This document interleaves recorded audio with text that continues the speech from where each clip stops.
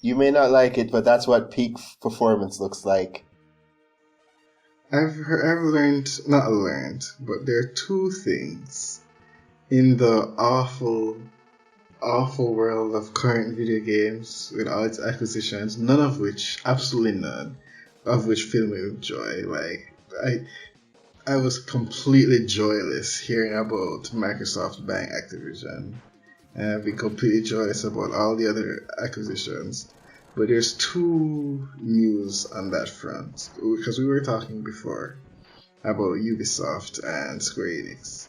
And one take on Square Enix selling some of its IP is that it's making itself leaner to put it in a better position to be sold because it has less stuff, right? And that sounds bad. But also, I don't know where I just heard Ubisoft could also be sold to someone. And that sounds bad. Because these are very big companies. And I don't want another company. I don't want them to be full. I remember at the time and I was like, man, I hope Nintendo buys Capcom. And I'm just like, I hope no one buys anything. Yeah. I mean, it's still so... Except, stuff from Konami, we're just like, that, no one trusts those hands for anything at this point. You buy them out all you want. Yeah, but I would prefer... I don't want any of the big three to buy Konami anymore. Yeah, I'm no longer in the... Even Nintendo, I'd probably... Because I'm more biased towards them, but even then I'm just thinking, not really. I'd prefer Capcom or Platinum Games. Maybe Platinum Games would do really well. Castle. They could retry the Lords of Shadow thing, except actually make it good this time. Yeah, so I could see Platinum Games buying them, but I don't want a huge company to get bigger. I just want us, and that's why even the Square Enix being so, even though it's nice that Square Enix IP are being sold to a company that reportedly is actually interested in making more games. Like, we probably are going to be getting a new Deus Ex game in 2025 or something. But I mean, this is a company that apparently already owns a ton of IP, and they just own some more now. I'm just like, I don't really like that. I mean, between what we know monopolies to just get away with, of course we wouldn't. But at the same time, between the argument of better in these hands versus these hands is way more subjective than you think. Or I guess less subjective, but more... what's the word? It's not easy to predict. That's why I don't care what anyone says. I hope Sony figures out how to use Spider-Man, because I do not want Disney to own Spider-Man. Please, Sony, figure out what you're doing with Spider-Man. Well, clearly we're making movies about Spider-Man's most iconic villain. I'm just... Why? Because people... It was trending on Twitter recently. Spider-Man, as a concept, is quite literally made... a core part to Spider-Man now is all the different people who can be Spider-Man, because anyone can be Spider-Man. Why are you making a movie about the Chupacabra, or whatever the name of the villain is, and not just making a Spider-Man 2099 movie, or a Spider-Man Noir movie, or literally, the quite literal dozens of other Spider-Man characters who are interesting and could just make a movie with them. Yeah, it doesn't have to just be Miles Morales. Even if they made a movie about mutant four-armed Spider-Man, it would make more sense. Or like, what's the name of that arc where Doc Ock took over? Superior Spider-Man. It's not yeah, just do that. That sounds fun. I hear that has really high moments and really low moments. The thing with Superior Spider-Man, from what I understand, is that that's going with the whole Peter Parker as the owner of a company, Peter Parker, which None of the Spider-Man movies are even close to getting around to yet. So it'd probably be difficult to make a. I mean, it wouldn't be too difficult to start a new. Hey, this is Peter Parker, but he's now old and he owns Parker Industries, and just make a Spider-Man movie with that setup. But I mean, making a new Peter Parker again. I might be misremembering, and I hope I am. But like, wasn't there a plot point where after Peter got his body back, like his brain, Doc Ock spends so much time like being romantically interested in Aunt May that his brain had that same thing, and he had to go deal with that absolutely unacceptable garbage for a while. I don't know about that. I thought you were gonna say he lost everything because the writers are like, we can't have. Well, not lost everything, but I'm pretty sure he doesn't have the company anymore because there's a lot of contention, even though people generally like Miles Morales now, and this is just stuff I like because I don't read that much comics, but this is just takes I've heard, so they don't have to be mainstream. But I've heard that there's contention with Miles Morales because to make Miles Morales and Peter Parker less similar, or let me back up. The idea of making Parker older and in charge of a huge company, people see it as a way to make him less similar to Miles Morales. But people don't like that because they want Peter to be slumming it and not in charge of some big company. And so I hear that he lost the company and he's now slumming it again. I mean, it's weird how they equate, because like I get it, but it's like it's weird how they equate Peter being poor and not well off and everything with just like that is the character almost as much as Iron Man being rich.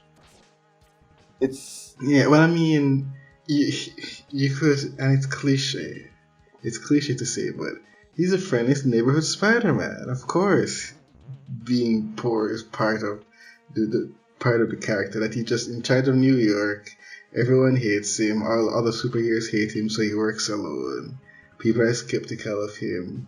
He's making ends meet.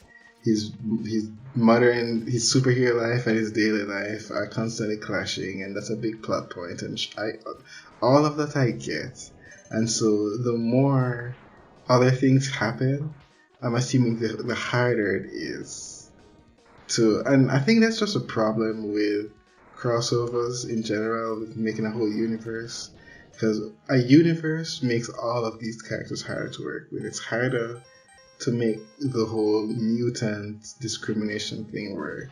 It's not impossible because, hey, I'm a mutant, I'm an innate mutant, I could just go through puberty and kill everyone in my family is different from I'm a beloved superhero billionaire. So it's not impossible, but it is harder to make the whole mutant hate work. Well, he doesn't necessarily have to be super successful. He could just be mildly successful. I think that'd be fine. Yeah, I do think that would be fine. It's harder to. The more Squirrel Girl gets incorporated into the main canon, and she seems to be firmly in universe now and not just doing her own thing, the harder it is to hold up the whole she always wins thing. I mean, they still do it, but she's doing a lot more. She wins by talking people down. It's still a huge feat to have Galactus come to Earth and have someone talk him down from destroying it. But it's different from inexplicably beating Thanos. It is different. So yeah, every character gets changed once the big universe is involved, and some changes work better than others. I mean, I still maintain, well, Spider-Man has always been my favorite Marvel superhero.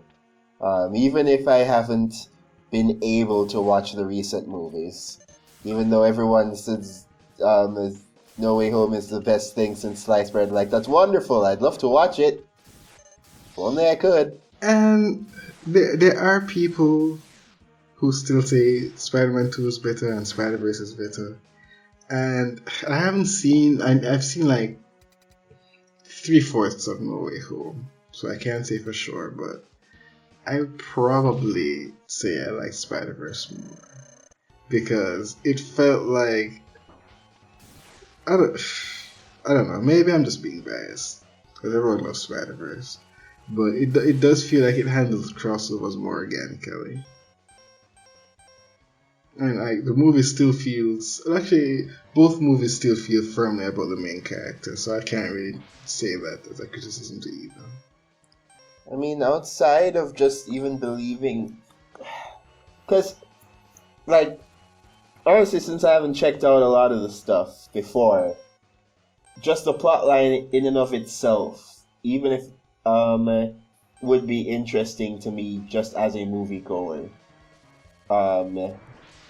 And I just feel like, hey, that's the fact that happens and it's good and apparently it's filled with fan service. It's just, yeah, of course I'd want to check it out. I mean, how much fan service? Because if you haven't seen any of the other Spider-Man movies, I don't really know. No, I've seen all of the I've seen all of the first version of Spider-Man. I haven't seen any of the Amazing. There will be some stuff for you. I mean, from watching the Amazing Spider-Man reviews, like seeing them compare each other's stuff, and I don't want to say too much, but it is like there is a moment because they basically said, yeah, we cannot waste this. So there's basically a moment near the end where all the Spider-Men just take like 3 minutes to just talk to each other about the fact that there are 3 Spider-Men and what did they do and what did they not do and stuff like that. And that's just amazing. That was fantastic. It's clearly obvious what's going on here, but I don't care. It was great. Yeah, well, I mean, just because it's one of those things where obvious doesn't mean bad. It just reminds me of the MatPat video recently. Where, what the heck? Why did I must have turned too fast. Where it was talking about the issue with like Hello Neighbor, where they seemingly, in response to game theory making lore about them, tried to make it all about the lore and change the fundamental nature of the game too much into development to make it about lore. And thus, when the game was supposed to come out, it was crap. And it's like, there's nothing wrong with having a mystery that's just like people can pick and choose and solve, and it should be a lesson to other game developers, movie developers, and such. There was a specific quote about it, but I don't remember who said it, so I'm not going to say it. Where it's like, you can, if all the clues are possibly available from what you give, and somebody solves it, you have put for a well constructed movie or piece of media, you've put so much into that. The clues don't just exist by themselves, like, okay, there's that. This isn't an old school Scooby-Doo episode. There's a lot of nuance and foreshadowing and other stuff that if you just change a major part of how the clues work, suddenly they don't make sense anymore. Yeah. But, because I've heard, I don't know, I've heard that in response to some things. I know there's some things where they're like, fans are getting close and just went in another direction. I don't know if that involved Lost. I heard that people figured out Gravity Falls and Stanford early and they're like, oh wow. But they left the clues. That means they made a good mystery. But One thing I have compared to that, I think it's one of the people who said this is Lindsay Ellis, but I know a lot of people have said this, where the same thing with the live action Disney movies.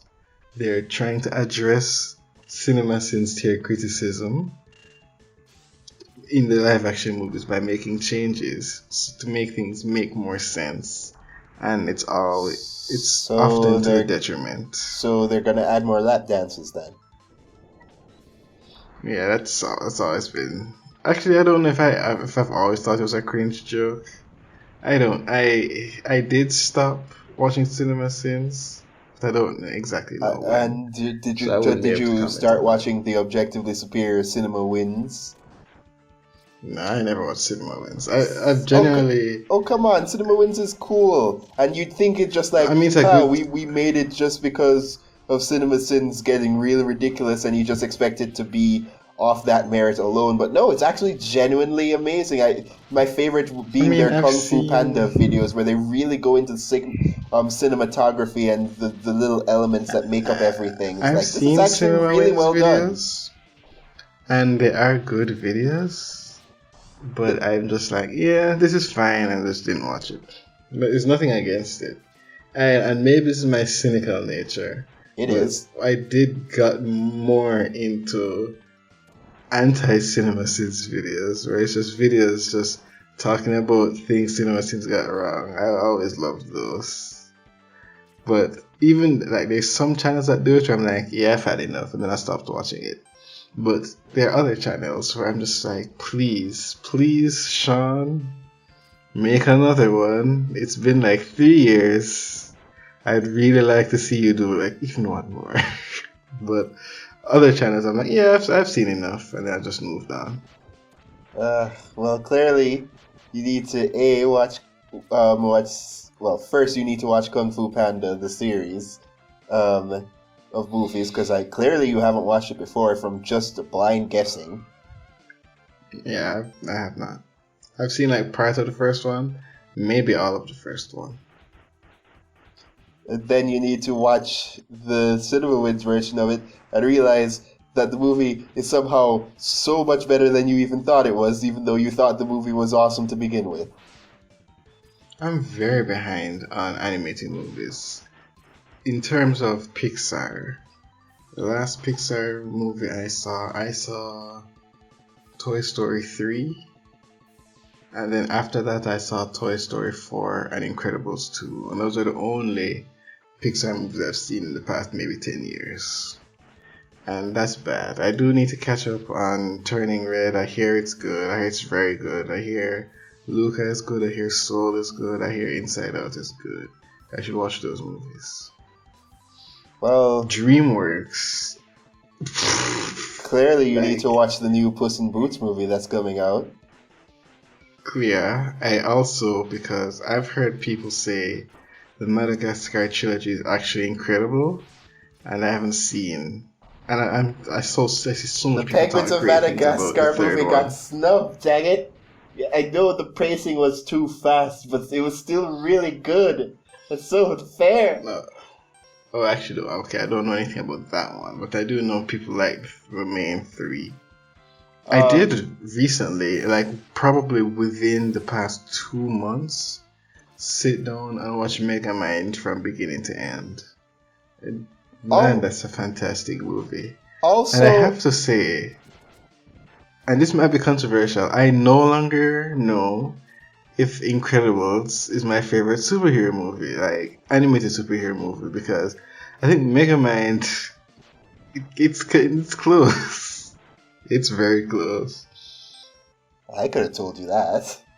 It's just like even the stuff people don't talk about, like the action scenes at the end. Like, this is actually really, really good. Why don't I see people talk about this? So there's something about, because I watched a video talking about Megamind, and there's something about Megamind that I don't see in even in Incredibles, and I think that's the fact that Buddy, that's Incredibles. Whatever the guy's name is. You're still saying that. What's his name? Titan, yes. Is genuinely terrifying. because you see him joke, you see him care so little about other people with Superman strength, and you see the way he just flies around, like just he would just fly through. He'd just be flying through people like it's the boys if he could.